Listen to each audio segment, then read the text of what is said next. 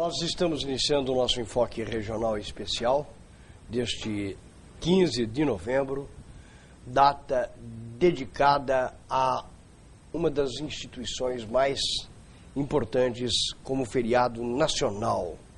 Trata-se da Proclamação da República, uma data em que é comemorado, até porque passamos de um modelo político para outro, que mantém-se até o dia de hoje.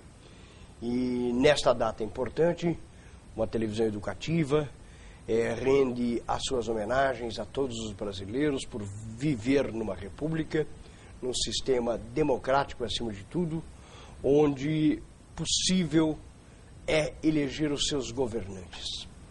Vamos fazer uma reflexão juntos para que possamos realmente discernir as coisas nesta república, já que 2018 será um ano histórico. Vamos ver se tenhamos de verdade uma nova uma república não só democrática, mas uma república anticorrupção, de homens probos, de homens decentes, de homens que possam levar esta nação aos objetivos em comum do bem-estar da população. Que seja esta data uma data comemorativa, mas para o bem, não para a série de roubalheira que tivemos neste país nos últimos anos, assolando toda a população e enlameando este país perante o mundo inteiro. Que 15 de novembro seja um marco não só de republicanos, mas de independência efetiva de uma classe política que deve ser extinta, extirpada deste país pela roubalheira, por aquilo de mal que fizeram a este país. Seja bem-vindo, Dr. Roberto Marins, nesse nosso encontro especial para falarmos um pouquinho de saúde pública e da sua especialidade, que é urologia. A TV Educativa sente-se orgulhosa, a TV Prevê, em trazer um bauruense, alguém que milita na rede pública hospitalar desta cidade, desta região, para poder debater um dos temas mais importantes para a saúde da população. Muito obrigado pela sua presença. Eu que agradeço, Samuel, mais uma vez o convite. Me sinto honrado também de estar aqui na casa para discutir um assunto tão importante nesse mês. O Dr. Roberto Marins de Carvalho é médico urologista. O urologista atende na rede pública municipal e estadual. Faz cirurgia urológica no hospital estadual, atende na AME e no SOPC, Serviço de Orientação e Prevenção do Câncer da Prefeitura de Bauru. Dr. Roberto Marins, vivemos mais uma década de Novembro Azul. Novembro Azul sucede ao Outubro Rosa, conhecida nacionalmente como a principal ação de prevenção de câncer de próstata. A campanha tem alcançado este seu objetivo proposto e divulgado incessantemente em todas as correntes, em todas as mídias, para alcançar os seus objetivos? Sem dúvida, a gente percebe que esse objetivo está sendo alcançado de fato. Essa proposta do Novembro Azul vem em alusão ao dia 17 de novembro também, que é o Dia Nacional de Combate ao Câncer de Próstata. E a gente eu percebo pessoalmente que há 15 anos atrás no meu consultório, não entrava, Samuel, um homem com menos de 70 anos para fazer um exame de rotina. E hoje, mais da metade desses pacientes tem menos de 55 anos e estão continuamente, anualmente, rotineiramente realizando seus exames de prevenção e de rastreamento. Então eu acredito que realmente esse embate que a mídia tem feito em cima de um programa tão importante para um problema de saúde pública, que é o câncer de próstata, tem sim alcançado os objetivos. Doutor Roberto, nós temos hoje uma série de técnicas e de alternativas de exames, e eu pergunto, como é que está o Brasil em relação à medicina de outros países para este caso de câncer de próstata? O Brasil está, vamos dizer assim, acompanhando muito bem o andar da carruagem aí em relação aos outros países. Hoje nós temos acompanhado nos congressos brasileiros e congressos internacionais que realmente nós não deixamos a desejar em relação aos países mais avançados. Tanto nas técnicas de diagnóstico quanto de tratamento, estamos alcançando números semelhantes aos países desenvolvidos. A população brasileira está acompanhando e atendendo realmente a convocação que é feita realmente para que eles procurem o profissional médico para que façam seus exames de diagnóstico. Isso tem ajudado tanto no diagnóstico quanto para o tratamento da doença, na fase que ela ainda tem um tratamento de bom resultado. Como é que está Bauru nesse contexto? Bauru tem procurado, eu acho que, como toda cidade, existe realmente a questão do acesso da população ao serviço de saúde. Nesse ponto entra em questão o SOPC, que é um serviço da prefeitura, que é um serviço de triagem. Nós não fazemos tratamento nesse local, mas sim uma forma de incluir o paciente na rede, principalmente porque em termos de câncer, o paciente ele consegue ter acesso ao tratamento depois que ele tem o diagnóstico firmado. Então, não adianta você falar, olha, tem orelha de gato, rabo de gato, pata de gato. Se você não falar que é o gato, você não tem o gato.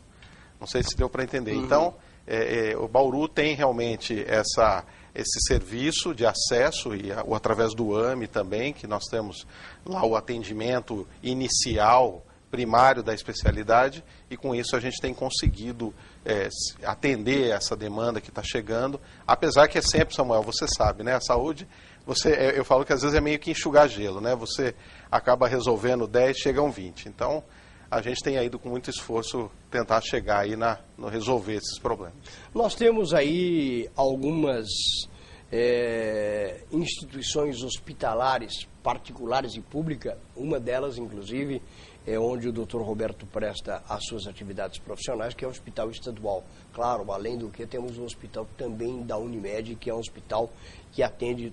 Esta rede hospitalar está no mesmo nível daquilo que se faz. Por exemplo, tem muita gente que ainda sai de Bauru para internações e cirurgias, principalmente em São Paulo. Hoje nós temos esta condição de tecnologia idêntica à da capital? Eu não vou dizer que idêntica, Samuel. Hoje você consegue, por exemplo, hoje o grande coqueluche, vamos dizer assim, da cirurgia de próstata é a cirurgia robótica. Hoje se faz a cirurgia com robô e nós não temos ainda essa tecnologia em Bauru para oferecer, até por conta do alto custo que isso representa. Então, realmente, a capital ainda tem esse recurso e nós temos ainda uma migração de pacientes que vão procurar esse tipo de tratamento na capital. Mas, em termos de cirurgia convencional, e mesmo a laparoscópica, mas principalmente a cirurgia convencional que é oferecida na rede pública, não deixa nada a desejar. O paciente que sai para fazer esse procedimento na capital, ele não vai fazer nada de diferente do que é feito aqui na cidade. De acordo com esta triagem que é feita em vários setores, nós temos uma incidência grande de pacientes que procuram assistência médica hospitalar e que são acometidos desta doença? Bastante. É uma incidência muito grande do câncer de próstata, Samuel, e eu vejo que essa incidência tem crescido no nosso país ano após ano. Primeiro porque existe uma melhoria das técnicas diagnósticas. Antigamente se fazia biópsia com 6 fragmentos. Eu lembro que na faculdade, eu não sou tão velho assim, mas na faculdade a gente colocava uma luva que tinha um local que corria uma agulha para você biopsiar a próstata mediante a posição que você colocava o dedo lá para localizar a doença. Hoje existem biópsias guiadas por ultrassom e você colhe 18 fragmentos prostáticos. Então realmente houve uma melhoria de diagnóstico e há também a procura maior da população masculina para os exames de prevenção e rastreamento. Então a incidência é muito alta. O homem, há até uma informação e também que após os 40 anos teria que... Esta idade ainda é mantida ou já estamos antecipando esta cronologia? O homem está liberado a fazer seus exames de prevenção e rastreamento na idade que ele quiser. Mas preconiza-se, como a incidência da doença se inicia em torno dos 50 anos de idade, com o seu pico de prevalência nos 70, pede-se que os homens iniciem seus exames de rastreamento a partir dos 45. Salvo se houver um histórico familiar, então aí seria importante ele iniciar a partir dos 40 anos de idade. Então, ele pode fazer com 30 anos, se ele quiser, mas chegando aos 45, pelo menos, não havendo histórico na família, é importante que ele procure o profissional, porque só se diagnostica câncer de próstata se você for ao médico. Qual é a função da próstata? Então, a próstata é uma glândula, tá no sistema reprodutor masculino. Então, ela atua na nossa reprodução. Ela produz um líquido que mantém a vitalidade dos espermatozoides e ela atua no orgasmo masculino também. Ela tem uma contração que vai ajudar na sensação de prazer no ato sexual. Então, a função é reprodutiva. Depois que passa a fase reprodutiva, ela deixa um pouco de ter essas funções, né? E por que ela é tão suscetível ao câncer? Então, a próstata ela é um órgão realmente, o tecido prostático, ela sofre ação de várias questões, tanto a herança genética, quanto multifatores que nós não sabemos apontar, e realmente o que acontece é que essa glândula disparadamente está na frente do intestino, na frente do pulmão, em relação à incidência do câncer. Mas os fatores são vários. A gente não consegue apontar, Samuel, fatores específicos. Nós sabemos que tem uma influência genética e existem fatores ambientais, que é o estresse, o sedentarismo, dieta rica em gordura. Isso está envolvido com o aparecimento do câncer nessa glândula. Quais são os sintomas que identificam esta doença e como ela começa a sinalizar esta problemática? Essa é a questão chave da próstata, porque é uma doença grave que não dá sintomas, Samuel. O homem que espera a próstata apresentar algum sinal de problemas para que ele procure o profissional, ele vai fazer isso na fase tardia da questão. Então, a próstata que tem um câncer, numa fase inicial, ela é assintomática. Então, o homem não sabe se ele tem o câncer, porque ele não vai estar sentindo absolutamente nada. Ele precisa procurar o profissional médico, o urologista, para que ele descubra se ele tem ou não o câncer. Então, a dica é que não espere a próstata sinalizar a doença, porque às vezes é tarde demais. É uma doença que realmente... ela tem cura, não tem? Tem cura. O câncer de próstata tem cura. E a cura está relacionada com o diagnóstico precoce. Então, olha só que paradigma. Você tem uma doença de cura quando o diagnóstico é precoce, porém, o diagnóstico precoce não depende de sintomas para você poder diagnosticar. Então, depende realmente da iniciativa do homem em procurar o urologista no momento adequado para esse diagnóstico.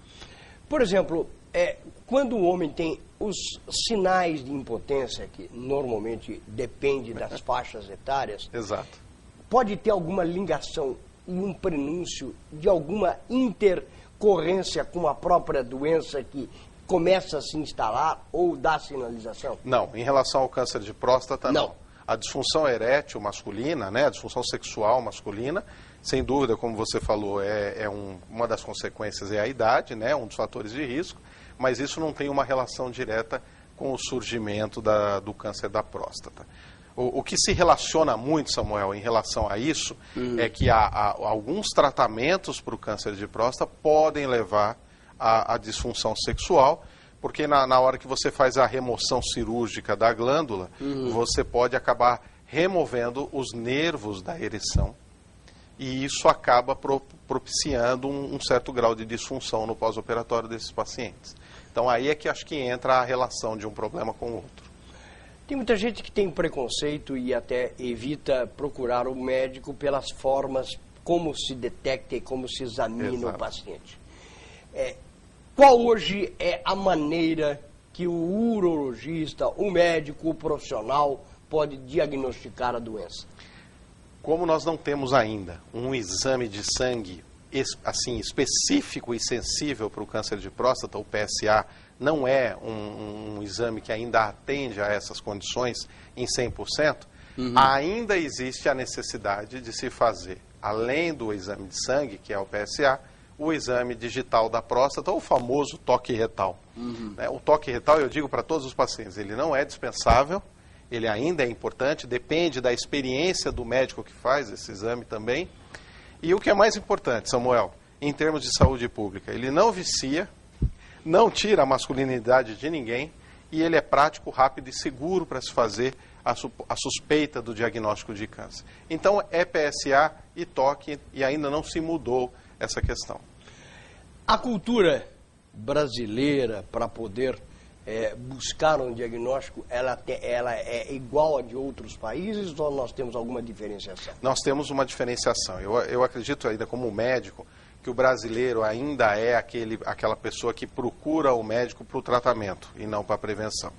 Então, isso é uma coisa que nós precisamos mudar na cultura geral. A nossa população ainda é acostumada a deixar... O brasileiro ainda deixa... vamos dizer assim, ele ainda vai tratar o infarto, sendo que ele nunca foi ver se ele tinha um colesterol alto, se ele tinha um fator de risco, se ele deixou de fumar. Então, ele realmente chega no fim da linha, muitas vezes, para o profissional. Então, a gente precisa realmente, para começar a mudar essa questão, porque é muito mais tranquilo uma consulta de prevenção, de rotina, do que uma consulta de tratamento. E é muito interessante, Samuel, eu tenho o hábito de todo paciente que entra no consultório, eu pergunto, e aí, tudo bem? E tem paciente que faz questão de falar, se eu tivesse bem, eu não estaria aqui. E essa reflete realmente a cultura do brasileiro. O paciente pode, sim, estar bem e procurar o médico. Doutor, eu estou bem, vim aqui saber se a minha saúde está boa também. Então, realmente, ainda falta um pouquinho mais de motivação, talvez, para o brasileiro buscar isso, principalmente para os homens, realmente procurar o profissional, não quando está doente, mas para não ficar doente. Existe alguma etnia, alguma raça, alguma que tem esta maior incidência ou universalmente? Não, existe. No caso do câncer de próstata, a raça negra ela tem uma incidência maior. É muito interessante no SOPC, a gente percebe realmente que aqueles pacientes que chegam com algum grau de suspeita e que são da raça negra, você pedindo o exame da biópsia, eles acabam vindo positivo com uma maior incidência. E isso é um estudo mundial populacional. Nós estamos vivendo o Novembro Azul, esta manifestação aí que a mídia propugnou e para a identificação do câncer de próstata. Mas neste mês, neste Novembro Azul, nós também podemos tê-lo como um mês para chamar a atenção de outras doenças urológicas que podem afetar os homens. Exato. Nós temos que lembrar que a próstata, ela não é sede só do câncer. E isso causa muita confusão, Samuel, muita preocupação, porque existe realmente homens que confundem a questão do câncer com outras doenças que podem acometer a próstata.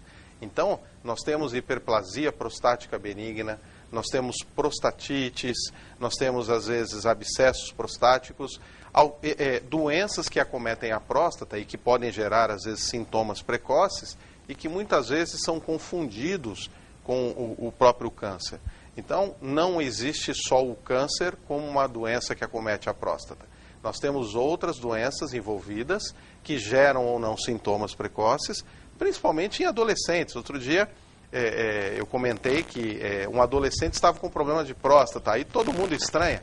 Adolescente pode ter uma prostatite, por exemplo. Então, realmente, a campanha do Novembro Azul abre realmente um espaço para que a gente descubra e oriente os pacientes de que existem outras doenças, inclusive passíveis de tratamento. Pois é. Como é que é? E como é que são esses tratamentos para quem é diagnosticado com a doença em todas as fases? Numa fase inicial, Exato. numa fase intermediária e já numa fase bastante adiantada. O câncer, assim, de uma maneira genérica, quanto mais cedo é diagnosticado, maiores são as chances de tratamento e de cura, como foi dito aqui. No caso do câncer da próstata, o segredo está no diagnóstico precoce. Quanto mais cedo você descobre a doença, mais opções de tratamento e de êxito de cura você tem. De uma maneira geral, para a gente simplificar, nós dividimos a doença em localmente detectada e doença espalhada, doença que já tem metástases, que já acometeu outros locais do organismo.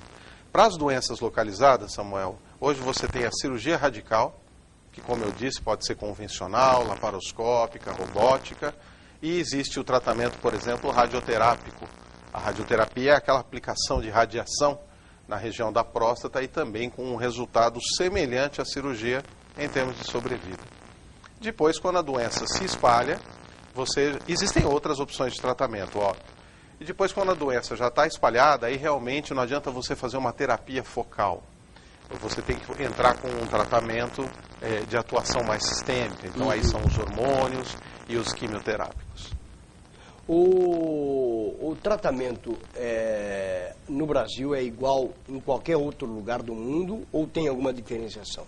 O tratamento no Brasil tem seguido a tendência mundial, até porque... protocolo... Exato, isso tem chegado para nós. Eu acho que a grande dificuldade do Brasil, Samuel, é que assim, enquanto os Estados Unidos está fazendo, por exemplo, ou países europeus, ressonância nuclear, magnética, conformacionada, de próstata para ajudar no diagnóstico, nós temos o bom e velho dedo luva, xilocaína e PSA. Então, assim, eu acho que a medicina tem caminhado para uma questão que fica muito encarecida, muito cara para ser feita. Então, o Brasil tende a acompanhar os países desenvolvidos, mas realmente o que pesa um pouco para nós é o alto custo que essa medicina representa. Então, existe a tendência, sim, de acompanhar.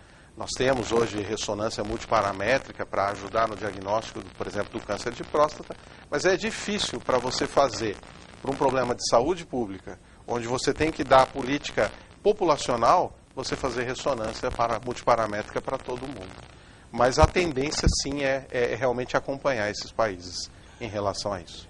Uma pergunta, os homossexuais, eles têm uma incidência maior de algum tipo de problema nesta área ou não tem nada? A incidência é semelhante, né? Porque, como eu falei, existem a questão genética e existem os fatores ambientais. Então, independente dessa questão, o que vai propiciar o aparecimento da doença realmente é o histórico familiar e as questões ambientais, como foi dito, né? Sedentarismo, estresse, dieta rica em gorduras e assim por diante. Hoje o brasileiro, ele recebe todas essas informações, a não ser esses programas específicos como os nossos, existem campanhas, claro, nós estamos no Novembro Azul, uma maciça informação, mas algum direcionamento específico para a informação?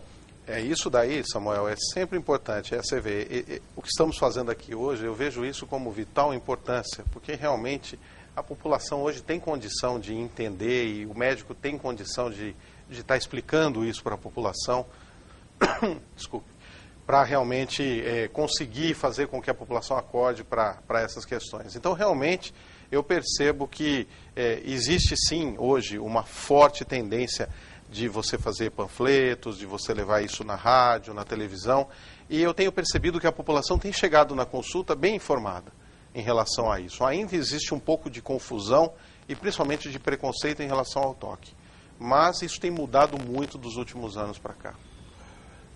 Nem sempre todas as pessoas têm convênios, sabem como procurar um profissional.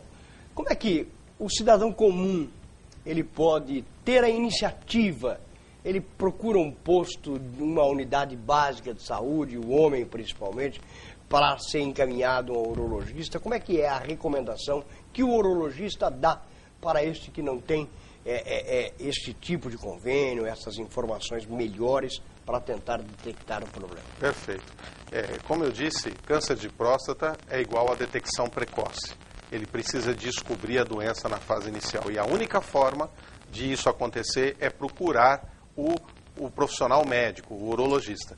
Para o paciente entrar na rede, ele precisa procurar uma unidade básica de saúde para que ele possa ter entrada no sistema. Essa rede básica ele pode pedir o PSA já e o paciente então ser encaminhado, por exemplo, para o serviço de triagem como o SOPC.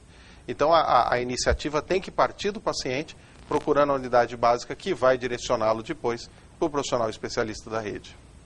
Doutor, nós temos aí alguns medicamentos para estimular ações sexuais. As pessoas que fazem uso deste tipo de medicamento têm algum problema prostático ou não tem nada a ver? Olha, de uma maneira geral, Samuel, não tem nada a ver. Existe, porém, a questão da reposição hormonal, que hoje está muito em voga, a tal da andropausa, né? Descobriu-se que o homem, assim como a mulher, tem alguns repentes aí de queda hormonal. Então, o maior cuidado em relação ao câncer de próstata é a reposição hormonal, porque a testosterona, ela não provoca o câncer, mas ela alimenta. Então, o uso indiscriminado dessas injeções e assim por diante que a gente tem visto, inclusive por jovens de academia, é que realmente, se houver um embrião do câncer na próstata, ele vai crescer e vai se espalhar. Então, acho que essa é a única restrição, é a única preocupação em relação a esses medicamentos de estimulação e que ajudam na função sexual. Os demais não. Os demais não existe uma relação, um perigo. Mas a testosterona, a grande questão para você indicar o uso da testosterona no paciente é que não exista nem o diagnóstico firmado nem suspeito do câncer. Dr. Roberto Marins de Carvalho, nós queremos agradecer a sua gentileza de vir participar desta programação especial para dar essas informações. Nós é que estamos vivendo esta campanha nacional de Novembro Azul, que assim foi denominada, pelos homens de marketing, para identificar, para combater e para ajudar na prevenção do câncer de próstata. E é muito importante termos tido aqui o Dr. Roberto Marins para poder dar estas informações, para elucidar o assunto e dando com toda a sua inteligência, com todo o seu conhecimento, com toda a sua especialidade, as informações ao nosso telespectador. É sempre útil e muito importante. E queremos agradecer a predisposição que o senhor teve de vir aos estúdios da TV Prevê para participar dessa programação. Muito obrigado pela gentileza. Obrigado, Samuel. Obrigado a todos. A TV Prevê, mais uma vez, cumpre o seu papel. Afinal, saúde, bem-estar da população, detecção de problemas, são assuntos de relevância e que devem ser enfocados por um programa jornalístico com esses objetivos. E estamos cumprindo aquilo que nos foi determinado e aquilo que é importante para a nossa televisão. É por isso que fizemos este programa especial nesta data comemorativa, nesta data de 15 de novembro. Aos que nos acompanharam, os nossos agradecimentos. Estaremos de volta com nossa programação normal a partir de amanhã, neste dia 16, com os horários focando aquilo que de importante acontece nesta cidade, nesta região, e abordamos com o jornalismo desta casa os assuntos predominantes. Aos que nos acompanharam, os nossos agradecimentos. Tenham todos um final de feriado muito bom e estejam conosco novamente amanhã, se Deus assim nos permitir. Muito obrigado a todos.